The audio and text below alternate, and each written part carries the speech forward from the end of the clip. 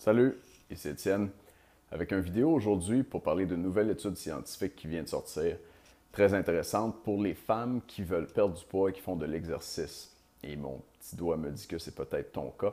Alors, cette étude-là, publiée en octobre 2014, donc le mois passé, ça c'est vraiment hier matin en recherche, là, quand il y a des études qui sortent, qui sont récentes de un mois, c'est de la toute dernière nouveauté.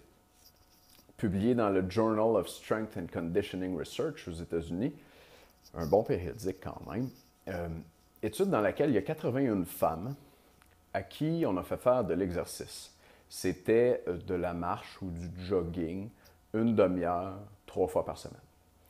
Une demi-heure, 3 fois par semaine, ça ressemble au genre de recommandations qu'on se fait donner quand on veut se remettre en forme, puis qu'on recommence de rien, n'est-ce pas?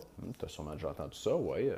Va faire de la marche, ça va être bon pour toi, tu vas te remettre en forme, puis c'est un peu sous-entendu, tu vas perdre du poids. Et est-ce que les femmes dans l'étude ont perdu du poids? La réponse c'est non, pas du tout. En moyenne, les 81 femmes dans l'étude n'ont pas perdu de poids. Pire que ça, sur 81, il y en avait 55, ça c'est à peu près 70%, qui ont gagné du poids et qui ont gagné du gras, pas juste de masse musculaire, là, parce qu'on sait que quand tu commences à t'entraîner, tu vas gagner un peu de masse musculaire, c'est pas ça.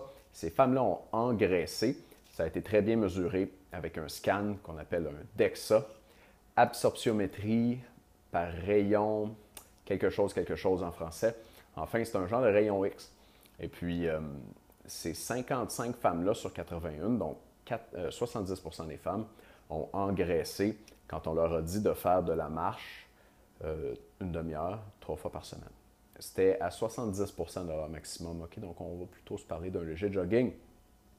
Toujours est-il que, est-ce que ça veut dire que faire de l'exercice, c'est mauvais?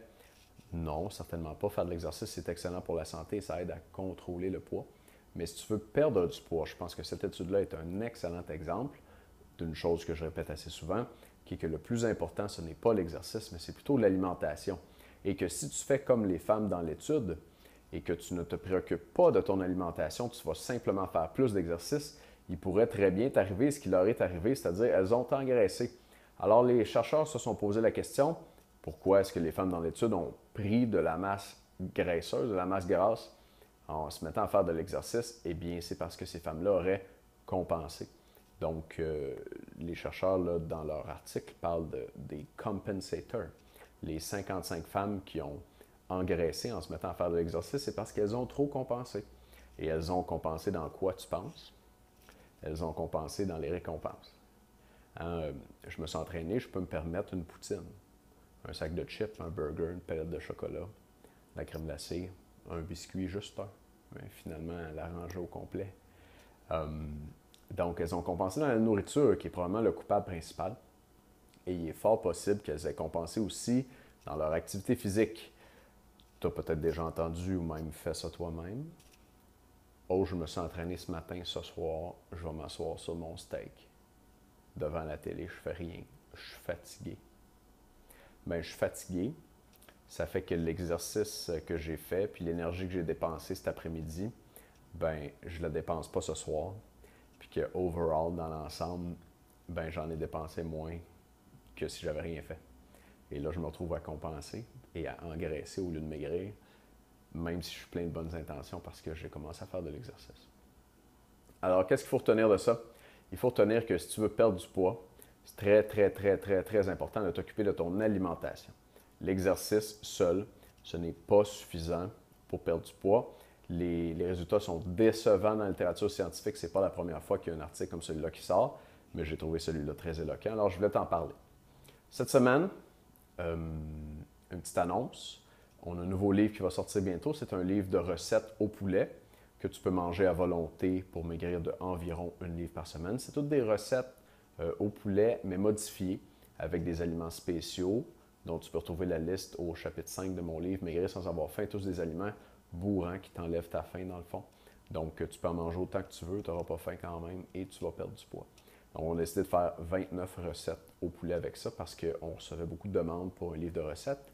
Et le choix le plus populaire, c'était le poulet. On a donné 20 choix, du bœuf aux recettes exotique en passant par les déjeuners et les desserts, c'est le poulet qui est revenu le grand gagnant. Donc, on va parler de poulet dans ce livre de recettes-là. Peut-être revenir avec les autres thèmes dans d'autres livres de recettes ensuite. Pour commencer, c'est le poulet. Et ça va sortir la semaine prochaine. Alors, tu peux laisser ton email sur une liste spéciale pour recevoir la première recette gratuitement. Immédiatement, elle est déjà prête. Ça va donner une idée de quoi le livre a l'air. C'est bien, je la trouve bien cute, la recette, et bien bonne d'ailleurs, parce que je vais te donner un indice. J'aime les arachides. Et tu vas recevoir toute l'information sur le livre de recettes la semaine prochaine en laissant ton email sur la liste spéciale. Donc, je vais mettre le lien pour ça dans le courriel que je t'ai envoyé aujourd'hui. Et aussi, bien demain, je vais aborder le sujet de la semaine qui va être comment augmenter son métabolisme de base. C'est le sujet le plus populaire en ce moment sur la page des suggestions. Alors, vous avez voté pour ce sujet-là, je vais en parler. Et oui, c'est bon d'augmenter le métabolisme de base. Là, je parlais de perte de poids dans un instant. Ces femmes-là, dans l'étude, avaient fait de la marche pour perdre du poids. C'était pas occupé de leur alimentation, c'est pas bon. Mais si elles avaient réussi à augmenter leur métabolisme de base, peut-être qu'elles auraient perdu plus de poids. Alors, on va voir comment faire ça cette semaine. C'est quoi le métabolisme de base? Comment on peut l'augmenter? Je vais rentrer dans les détails là, de comment, des trucs bien précis pour augmenter ton métabolisme de base à toi. Alors, stay tuned, comme on dit en anglais. Garde l'œil ouvert pour mes prochains courriels. Et puis, au plaisir de te revoir demain. Bye bye.